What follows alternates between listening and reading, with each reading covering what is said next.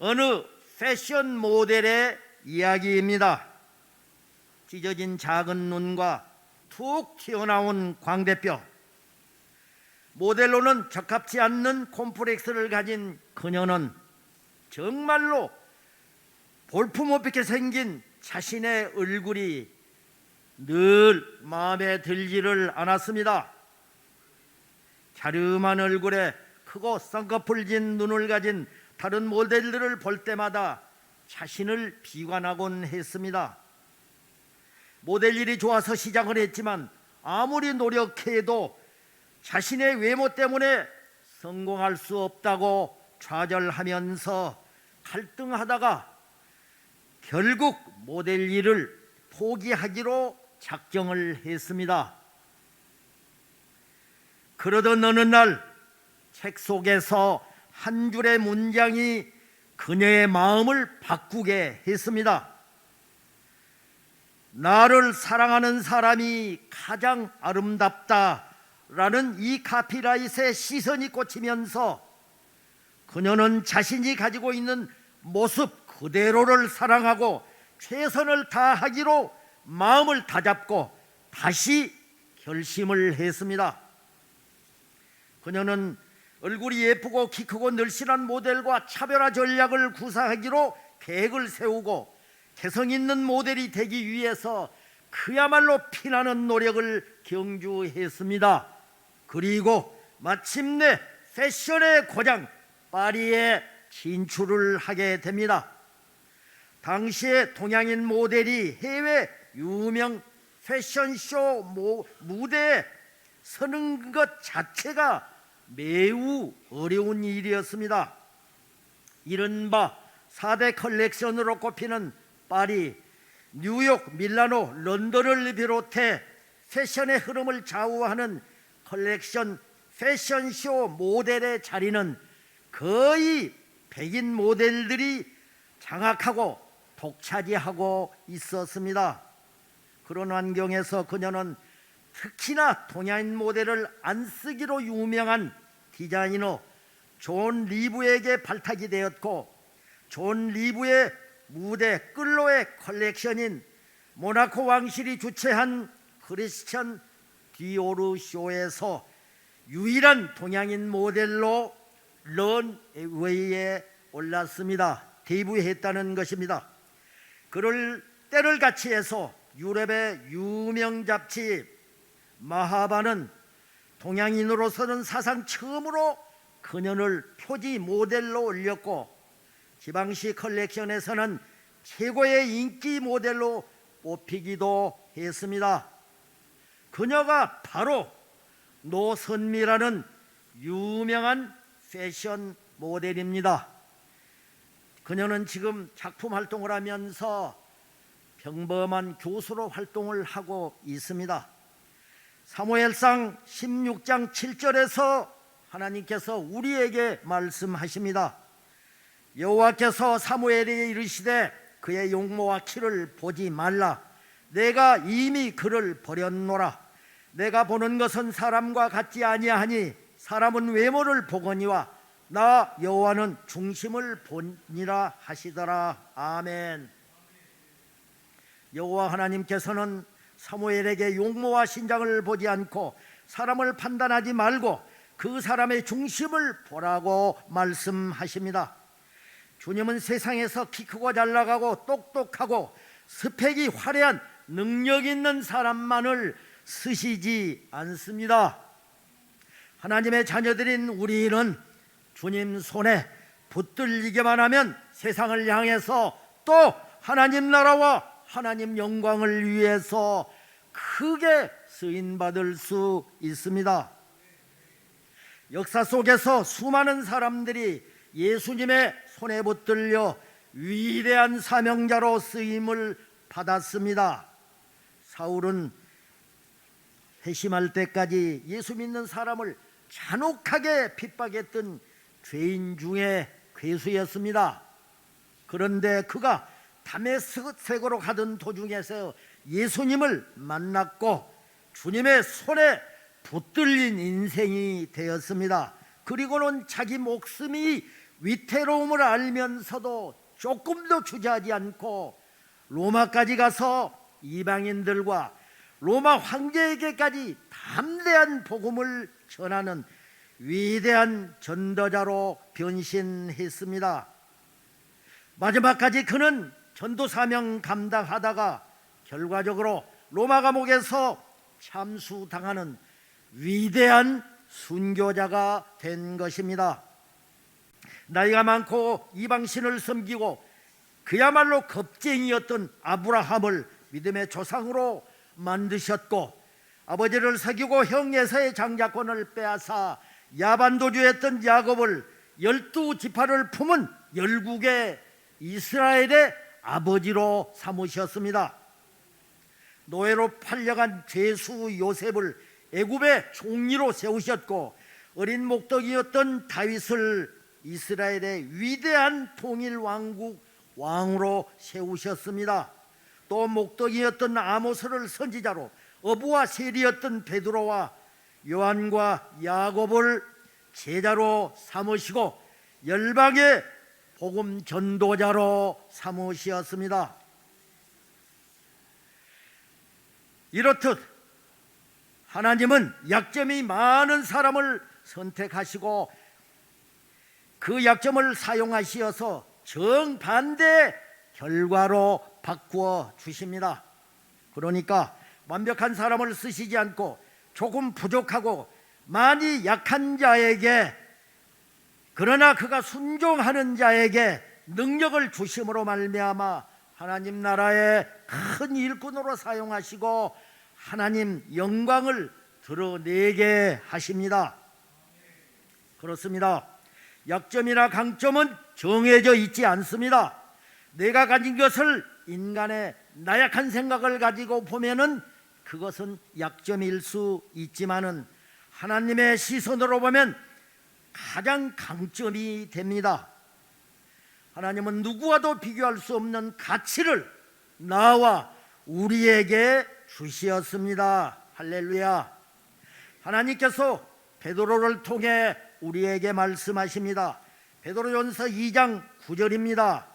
그러나 너희는 택하신 족속이요 왕같은 제사장들이요 거룩한 나라요 그의 소유가 된 백성이니 이는 너희를 어두운 데서 불러내어 그의 기이한 빛에 들어가게 하신 이의 아름다운 덕을 선포하게 하려 하심이라. 아멘.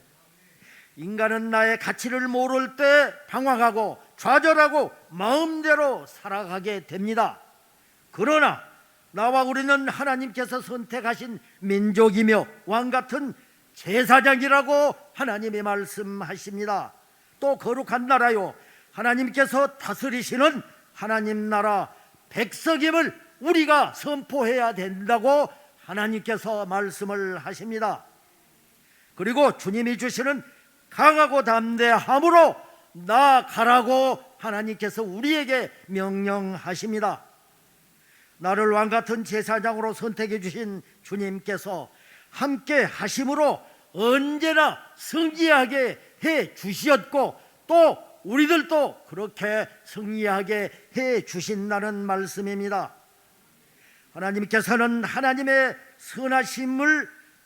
선하심을 선포하시려고 또 우리들을 어두운 죄 가운데서 불러내어서 하나님의 놀라운 빛 가운데로 인도하시었습니다. 할렐루야. 그렇죠. 너무도 고달프고 힘든 세상을 살아가면서 나는 약하고 부족해서, 나는 능력이 없어서, 스펙이 부족해서, 아니 그칠 줄 모르는 코로나로 인해서 아무것도 할 수 없다고 실망하고 좌절하고 있으시지는 않는가요? 진정한 나의 가치를 깨달으라고 하나님께서 오늘 말씀을 통해서 우리에게 명령하십니다. 그때 우리의 인생이 달라지고 나의 인생은 달라집니다. 할렐루야. 심리학에서 말하는 자신을 행복한 사람이라고 느끼게 하는 중요한 심리 요인 중 하나가 있습니다. 그것은 바로 자존감입니다. 자존감은 내가 얼마나 가치 있고 소중한 사람인가를 스스로 인정하는 것입니다. 자존감이 높은 사람은 위기 속에서도 흔들리지 않을 뿐 아니라 다른 사람의 비난 앞에서도 그 사람의 관점을 오히려 존중하고 자신의 이해와 발전의 기회로 만들어 갑니다. 또 자존감은 자기 자신에 대한 존경과 사랑, 가치와 능력에 대한 평가입니다. 그런데 자존감을 높이는 방법은 여러 가지가 있을 수 있습니다. 그 중에 하나가 칭찬과 격려입니다. 발명왕 에디슨은 초등학교 2학년 때 바보, 멍청이라며 학교에서 퇴학까지 당했습니다. 퇴학당하고 집에 오는 자녀를 반갑게 맞이할 부모는 아마도 아무도 없을 것입니다. 그러나 에디슨의 어머니는 달랐습니다. 오히려 에디슨을 힘있게 끌어안으며 세상 사람이 다 너를 바보 멍청이라고 조롱해도 하나님은 너를 조롱하지 않는단다. 하나님은 너를 조롱하지 않는 것 같이 나도 너를 조롱하지 않는단다. 넌 하나님의 존귀한 자녀이면서 나의 가장 존귀한 아들이란다. 어머니의 이 칭찬과 격려를 먹고 자란 에디슨은 세계 초인류의 발명왕으로 성장하게 됩니다. 로마서 8장 32절에서 말씀합니다. 자기 아들을 아끼지 아니하시고 우리의 모든 사람을 위하여 내주신 이가 어찌 그 아들과 함께 모든 것을 우리에게 주시지 아니하겠느냐. 아멘. 우리는 하나님이 지으신 하나님의 작품입니다. 작품은 상품과 다릅니다. 상품은 가격을 따지지만 작품은 가격이 아니라 가치를 따집니다. 상품은 품질을 따지지만 작품은 그 특성을 따집니다. 상품은 대중적이어야 하지만 작품은 유일한 것이어야 합니다. 상품은 상대적이지만 작품은 절대적입니다. 그래서 상품은 비교 우위의 개념으로 따지지만 상품은 창조 의식으로 봅니다. 우리 모두는 하나님이 창조하신 작품 중에 최고의 걸작품을 믿으시기 바랍니다. 할렐루야.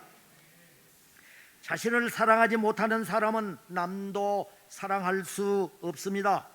자존감이 낮은 사람은 오히려 다른 사람에게 상처를 주기 마련입니다. 또 일의 생산성도 떨어지고 조직과 공동체 생활에서 적응을 매우 힘들어합니다. 결국 스스로 불행의 길로 가는 경우들이 많이 있습니다. 심리학 보고에 의하면 자존감이 낮은 원인으로는 소속감 결여와 가치관 상실, 능력감 부재를 들 수가 있는데 어릴 적 성장 과정에서 역기능 환경으로 인해 부모와 가족의 사랑을 받지 못하고 수치심을 경험했거나 강한 거절감과 죄책감, 두려움으로 불안, 분노, 슬픔 속에서 성장한 기억이나 비교 의식에서 오는 열등감이 원인이 된다고 합니다. 지금은 그렇지를 않지만 우리가 성장하는 시대에만 해도 거의 80~90%가 이런 환경에서 자랄 수밖에 없었습니다. 저도 그 중에 한 사람으로 진정으로 역기능 가정에서 이런 경험을 했었습니다. 그러나 이러한 자존감 손상은 세상 학문으로는 그 사람의 어릴 적 상처나 그 인성이나 본성은 절대 변하지 않는다고 하지만은 우리 하나님은 그렇게 말씀하시지 않습니다. 이 자존감 손상은 예수님을 통해서 언제라도 회복될 수 있습니다. 그러니까 예수님을 인격적으로 만나기만 하면은 온전히 바로 회복됩니다. 그러나 자존감 회복을 위해서 우리가 몇 가지 갖추어야 할 조건들이 있습니다. 그 첫째가 자기 신분을 확인하고 소속감이 확실해야 됩니다. 그러니까 내가 하나님의 아들이라는 자각과 나는 하늘나라 백성이라는 자긍심이 소속감을 회복시켜 줍니다. 하나님의 자녀라는 것을 인정하고 하나님이 반드시 나를 도와주신다는 확실한 믿음을 가져야 합니다. 둘째로, 하나님의 끝없는 사랑을 받고 있다는 가치 있는 존재임을 기억해야 합니다.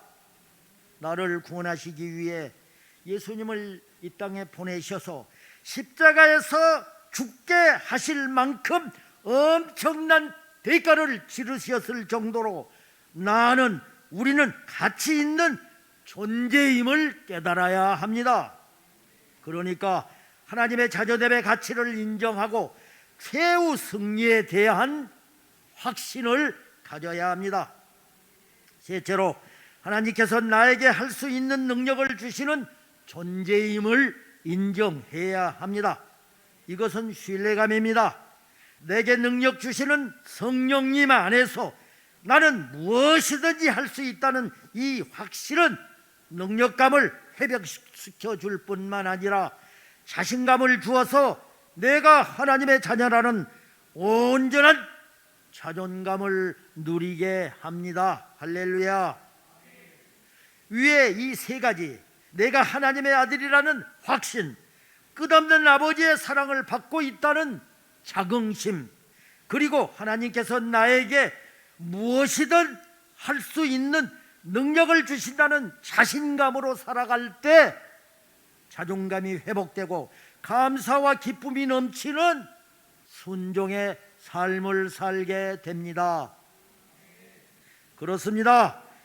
우리 인생은 리허설이 없습니다. 연습 게임도 없습니다.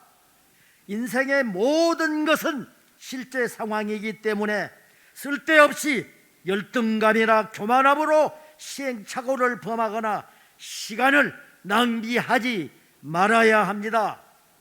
특히 청년들 귀담아 들으시기 바랍니다. 내가 이렇게 살다 보니까 청년의 때가 오래 가지 않습니다. 순식간에 지나가고 만다는 것입니다. 그래서 때를 아껴야 합니다. 우리의 삶 속에서 보잘것없는 것을 가지고도 소중하게 여기면서 감사하는 사람이 바로 자존감이 높은 사람입니다. 내가 소유한 모든 것을 내 노력의 결과가 아니라 하나님의 은혜이고 축복이라는 사실을 하나님 앞에 고백하며 살아가는 사람이 자존감이 높은 사람이고 또 자존감이 높아질 수 있는 사람입니다. 하나님은 독생자를 이 땅에 보내시고 우리의 죄를 위해 십자가에 죽게 하실 만큼 나와 우리를 사랑하셨다고 제가 말씀을 드렸습니다. 죄로 죽을 수밖에 없는 나를 구원하시기 위해 모든 것을 다 내어 주시었습니다. 하나님이 그 아들까지 내어 주실 만큼 귀한 존재로 나의 가치는 예수님만큼이나 소중하고 가치 있는 사람입니다. 할렐루야. 요한일서 4장 9절 10절에서 말씀하십니다. 하나님의 사랑이 우리에게 이렇게 나타난 바 되었으니 하나님이 자기의 독생자를 세상에 보내심은 그로 말미암아 우리를 살리려 하심이라. 사랑은 여기 있으니 우리가 하나님을 사랑한 것이 아니요 하나님이 우리를 사랑하사 우리 죄를 속하기 위하여 화목 제물로 아들을 보내셨습니다. 아멘. 나와 우리의 가치가 예수님만큼 소중한 존재들로서 우리는 어떻게 살아야 할까요? 미국의 저명한 바우링 은행에 은행장이 있었습니다. 그가 상위 용사들의 초청을 받아서 특강을 하게 되었습니다. 그는 특강을 하면서 난데없이 상위 용사들을 심하게 비난하고 질타를 합니다. 상위 용사들의 성격이 어떻습니까? 당신들은 패배주의자들이요, 남을 의지하고 국가의 연금을 축내며 되는 대로 먹고 마시고 놀기만 하는 나쁜 사람들입니다. 왜 열심히 일할 생각은 하지 않고 자꾸 의지하려고만 하십니까? 아니, 나라를 위해 싸우다가 부상당한 상위용사들을 위로하고 격려해 주기는커녕 그 면전에서 그 성격이 괴팍한 깔고리를 가지고 다니면서 협박하면서 아주 세상을 막대게 살아가는 그런 상위용사들 그 면전에서 그렇게 공격하니까 그들은 화가 많이 나서 강사에게 맥주병과 잿더리를 던지면서 욕설을 퍼부었습니다. 아니, 그런데 이 강사가 그래도 더 멈추지 않고 당신들은 잘못 살고 있고 당신들의 삶의 방식은 잘못된 것입니다 라고 계속해서 공격을 해야 됩니다. 그러자 이 상위용사들이 더 참지를 못하고 미친 듯이 모두가 일어서서 공격을 하려고 합니다. 그때 이 다우링 은행장이 자신의 한쪽 소매를 걷어 올렸습니다. 그러자 쇳깔고리가 나옵니다. 다른 소매도 걷어 올렸습니다. 양쪽 모두 가짜팔이었습니다. 그는 거기서 그치지 않고 그 바지도 걸려 올렸습니다. 양다리 다 의족이었습니다. 갑자기 분위기가 숙연해졌습니다. 여러분, 저의 무례를 용서하십시오. 진심으로 사과드립니다. 저는 12살 때 뺑소니 교통사고를 당했는데 눈 위에 10시간 동안 버려져 있었습니다. 그 후유증으로 두 팔과 두 다리를 잘라야만 했습니다. 하지만 저는 살아야겠다는 강한 의지를 가지고 남에게 신세지지 않고 내 힘으로 성공하리라는 각오를 가지고 하나님을 의지하면서 최선을 다해 살았습니다. 나의 삶의 과정은 우여곡절과 산전수전이요, 고진감래 끝에 하나님의 은혜로 이렇게 은행장까지 될 수가 있었습니다. 그런데 여러분은 그래도 나보다 나은 신체 조건을 가지고 있지 않습니까? 왜 패배주의에 사로잡혀 한 번밖에 주어진 여러분의 소중한 삶을 낭비하십니까? 모든 상위 용사들은 모두가 입을 닫았고 큰 감동을 받고 도전을 받았습니다. 그렇습니다. 전쟁에서 부상당한 것보다 더 무서운 것은 바로 마음의 패배주의입니다. 그리고 이 세상에서 암보다 더 무서운 병이 있습니다. 그것은 바로 절망과 포기라는 병입니다. 성도 여러분, 우리는 어떤 경우에도 마음과 생각이 무너지지 말아야 합니다. 사람은 자기 생각보다 더 크게 앞서가지 못하기 때문입니다. 그러니까 생각에 승리하는 사람이 세상에서 성공합니다. 주님은 오늘 우리에게 이렇게 말씀하십니다. 마가복음 9장 23절입니다. 예수께서 이르시되 할 수 있거든이 무슨 말이냐, 믿는 자에게는 능치 못할 일이 없느니라 하시니. 아멘. 경제가 어렵더라도, 취업이 조금 늦어지더라도, 코로나가 지속되어도 절대로 포기하면 안 되는 이유입니다. 아무리 현실이 힘들고 어려워도 하나님을 바라보고 의지하는 자에게는 하나님께서 반드시 선한 길로 인도해 주신다는 믿음과 주님이 함께 하실 때 반드시 꿈과 비전을 성취한다는 확신이 있어야 합니다. 할렐루야. 빌립보서 4장 13절에서 말씀하십니다. 내게 능력 주시는 자 안에서 내가 모든 것을 할 수 있느니라. 아멘. 출애굽기에는 노예의식과 패배의식에 가득 찬 이스라엘 백성들이 해방되어 나옵니다. 불과 3일 전에 10재앙의 기적을 체험하고 바로가 항복하는 그 기적을 체험했음에도 불구하고 조금 불편하고 힘들자 바로 노예 근성과 패배주의의 근성을 드러내면서 애굽 사람을 섬기는 것이 광야에서 죽는 것보다 나았다고 불평을 하고 있습니다. 출애굽기 14장 11, 12절입니다. 그들이 모세에게 이르되 애굽에 매장지가 없어 당신이 우리를 이끌어내어 이 광야에서 죽게 하느냐? 어찌하여 당신이 우리를 애굽에서 이끌어내어 우리에게 이같이 하느냐? 우리가 애굽에서 당신에게 이른 말이 이것이 아니냐? 이르기를 우리를 내버려 두라. 우리가 애굽 사람을 섬길 것이라 하지 아니하더냐? 애굽 사람을 섬기는 것이 광야에서 죽는 것보다 낫겠노라. 아멘. 우리는 어떻습니까? 하나님 믿어봐야 뭐하나? 기도 응답도 없는데, 신앙생활 열심히 해봐야 10년 전이나 지금이나 변한 게 없는데, 설교 열심히 듣고 훈련 받아봐야 뭐하나? 어차피 금방 원위치로 돌아올 텐데, 열심히 봉사하고 헌신해봐야 뭐하나? 알아준 사람도 없는데 나만 힘들지. 당연히 우리 교회는 이런 분들이 한 분도 안 계십니다. 이런 생각들이 바로 패배의식입니다.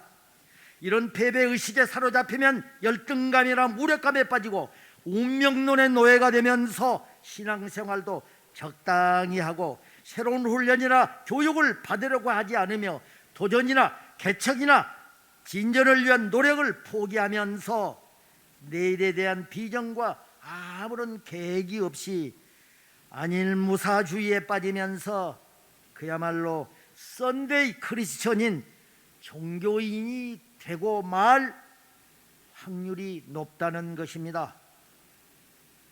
패배주의가 만연하면 허무주의와 불신주의가 피어나고 신앙생활에 있어 냉소적 비판주의나 간교한 율법주의가 나타나게 됩니다. 이러한 영적 패배의식을 극복하는 것이 바로 영적 훈련입니다. 신앙생활은 이러한 패배주의를 극복하고 영적 쾌거를 경험하는 훈련인 것입니다. 말씀의 훈련과 연단을 통해서 성령의 은혜를 깨닫고 영적 쾌거를 경험하는 것이 바로 신앙생활이라 하는 것입니다. 이 영적 쾌거는 내가 처한 환경이 얼마나 어려운가, 우리나라의 경제와 사회가 얼마나 어려운가, 코로나가 얼마나 우리를 힘들게 하는가, 내 손에 무엇이 얼마나 있는가 없는가 하는 이 환경이나 조건에 의해서 결정되는 것이 아닙니다. 그러니까 영적 쾌거는 환경 지수에 의해 결정되는 것이 아니라 하나님의 임재 지수에 의해 결정됩니다. 믿음의 훈련을 통해 하나님의 임재 주시를 더 높이고 충만하게 하고 내 속에 계시는 예수 그리스도를 나의 삶의 주인으로 채주라 하는 것, 이것이 바로 영적 쾌거입니다. 요한 1서 4장 4절에서 말씀합니다. 자녀들아, 너희는 하나님께 속하였고 또 그들을 이기었나니 이는 너희 안에 계신 이가 세상에 있는 자보다 크심이라. 아멘. 우리는 어떠한 고난이 닥쳐와도 패배주의에 빠지지 말아야 됩니다. 빠져서는 안 됩니다. 진정한 승리를 가져다 주시는 예수님만을 의지해야 합니다. 그래서 그리스도의 향기로 살아야 합니다. 또 어떠한 고난과 환경에도 흔들리지 않고 강력한 하나님의 임재 지수를 높여서 하나님의 깊은 은혜를 체험하시길 주님의 이름으로 축복합니다. 할렐루야. 오늘 본문에서는 사도 바울을 통해서 그리스도인은 하나님께 바치는 그리스도의 향기로 살 수 있음에 감사하라고 말씀합니다. 첫 번째, 바울의 감사를 배워야 합니다. 우리는 인생을 살면서 그리스도인이라고 해도 환난과 고난을 피해 갈 수는 없습니다. 다만 그것을 극복할 뿐입니다. 그런데 어려움을 극복하는 과정에서 그리스도인들에게는 세상 사람들과 구별되는 몇 가지 특징이 있습니다. 그 중에서 가장 대표적인 특징이 감사라는 표현입니다. 감사라는 마음입니다.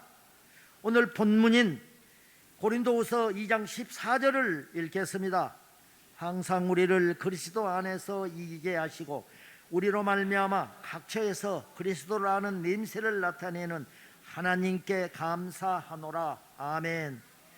우리는 감사에 아주 익숙한 사람들입니다. 영적으로는 세상 사람들은 알지도 못하는 십자가 은혜를 감사하고 또 일상 속에서도 크고 작은 모든 일에 감사합니다. 심지어 삶이 힘든 순간에도 감사의 조건을 찾아내어서 감사하는 사람들입니다. 그 중에서도 특히 예수님을 따르는 그리스도인들은 이런 축복을 받고 삽니다. 또 그리스도인들은 영적인 싸움에서 승리할 때 감사가 넘치고 찬송이 넘칩니다. 사도 바울도 겉으로는 헐벗고 굶주리고 살았지만은 주님 안에서 승리하는 삶을 살았기에 그것이 그에게 감사가 되고 기쁨이 되고 항상 찬송이 되었습니다. 이와 같이 믿는 사람들은 주님 안에서 승리할 때 하나님을 경배하게 됩니다. 그것이 그리스도를 아는 냄새인 것입니다. 자녀가 잘되고 돈이 많이 생겼을 때 기뻐하고 하나님을 찬양하는 것은 하나님께, 예수님께 향기로운 냄새가 아닙니다. 어려운 가운데서도 믿음으로 승리했을 때, 핍박과 환난 가운데서도 내가 주님으로 인해서 영광 드러낼 때 나오는 것이 그리스도인의 향기입니다. 주님을 위해서 싸웠을 때, 말씀에 순종하면서 어려움을 당할 때, 믿는 자답게 살아가면서 환난을 극복하는 것, 그때 나오는 기쁨과 찬양을 하나님께서 기쁘게 받아주십니다. 또 사도 바울은 자신과 초대교회 성도들이 각처에서 그리스도를 아는 냄새를 나타내고 있음을 감사하고 있습니다. 어디를 가든 누구를 만나든 이 사람은 그리스도인을 아는 사람이구나, 이 사람은 예수쟁이구나, 이 사람은 예수님과 친한 사람이구나 하고 금방 알아차릴 수 있게 하심을 감사하고 있습니다. 뿐만 아니라 항상 그리스도 안에서 이기게 하심을 감사하고 있습니다. 그리스도 안에서 이겼다는 것은 토론이나 풍요함으로 이겼다는 뜻이 아닙니다. 그리스도를 아는 냄새로서 이겼다는 것입니다. 싸우자고 덤벼들던 사람들이 성도에게 있는 그 그리스도의 냄새를 맡더니 오히려 그리스도의 복음 앞에 굴복하게 되었다는 그러한 뜻입니다. 바울은 자신과 초대교회 성도들에게 그리스도의 냄새가 있음을 감사했고 또한 그 냄새로서 이기게 하심을 감사했습니다. 이것이 바울의 감사입니다. 우리도 이런 감사를 배우고 삶에서 변화되기를 주님의 이름으로 축복합니다. 할렐루야. 둘째로, 그리스도인은 하나님께 바치는 그리스도의 향기입니다. 본문 15절 16절을 읽겠습니다. 우리는 구원받은 자들에게나 망하는 자들에게 하나님 앞에서 그리스도의 향기니 이 사람에게는 사망으로부터 사망에 이르는 냄새요 저 사람에게는 생명으로부터 생명에 이르는 냄새라. 누가 이 일을 감당하리요. 아멘. 우리가 배우고 익혀야 하는 이유가 있습니다. 우리는 구원받는 자들에게나 망하는 자들에게나 하나님 앞에서 그리스도의 향기니라고 말씀을 합니다. 그러니까 우리의 신분을 이야기하고 있는 것입니다. 하나님께 바치는 그리스도의 향기, 이것이 우리의 신분입니다. 그러니 바울과 초대교회 성도들처럼 우리도 신분에 합당하도록 그리스도의 향기로 살아야 함을 말씀하고 있습니다. 또 그렇게 사는 삶을 감사하라고 합니다. 하나님 앞에서 이 말은 하나님께 예배하는 이라는 뜻입니다. 사도 바울은 우리 그리스도인들이 신분에 합당하도록 그리스도의 향기인 예배를 사모하는 마음으로 공적 예배에 참석하고 삶의 자리에서 예배자로 살게 되면은 일상 예배를 통해서 지금은 힘들고 어렵고 고난 중에 있고 마치 지는 것 같지만은 결과적으로 이기게 하신다고 하시면서 하나님께 감사하라는 것입니다. 중요한 것은 구원받는 자들에게나 망하는 자들에게라라고 말하는 점입니다. 교회에서만 그리스도의 향기인 예배자로 살지 말라고 하십니다. 가정에서도 일터에서도 어디서 누구를 만나도 믿지 않는 사람들을 만나도 그들 앞에서 그리스도의 향기여야 한다는 말씀입니다.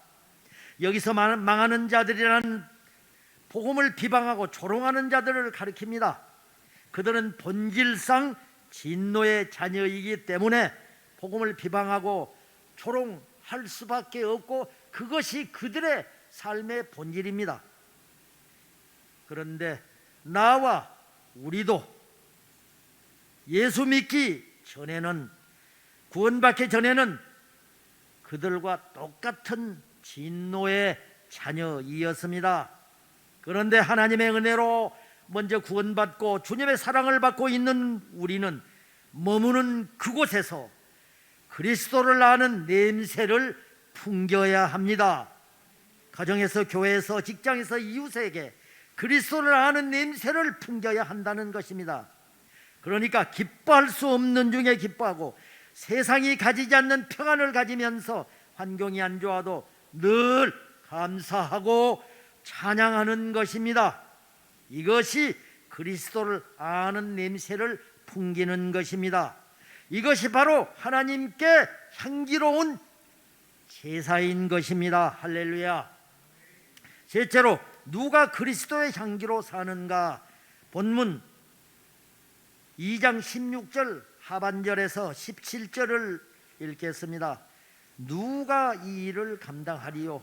우리는 수많은 사람들처럼 하나님의 말씀을 혼잡하게 아니하고 곧 순전함으로 하나님께 받은 것 같이 하나님 앞에서와 그리스도 안에서 말하노라. 아멘. 바울이 질문합니다. 누가 이 일을 감당하리요? 다시 말해, 누가 이 향기가 되겠습니까? 오늘 우리에게 질문합니다. 바울이 초대교회 성도들이 하나님께 바치는 그리스도의 향기로 살 수 있었던 비결을 설명하기 위한 질문입니다. 우리는 믿지 않는 세상의 사람들과 같이 하나님 말씀을 장난꾸처럼 과장하거나 거짓된 말로 속이지 않고 하나님이 보낸 사람답게 하나님께 바치는 그리스도의 향기가 되어서 그 향기로서 그리스도의 복음을 전한다는 뜻입니다. 그래서 이 세상에 아직도 하나님을 알지 못하고 유리방황하고 있는 많은 불쌍한 영혼들을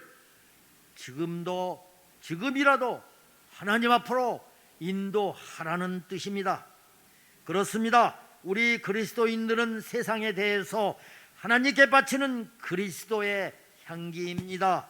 이것이 바로 우리 그리스도인들의 신분인 것입니다. 이 귀한 신분을 회복해야 합니다. 다시 초심으로 돌아가서 완전히 이 신분을 회복하라고 오늘 우리에게 명령하십니다. 이것이 바로 우리의 소중한 가치이면서 우리 그리스도인들은 드린 나와 여러분이 이 세상에 존재하는 이유이기도 합니다. 할렐루야.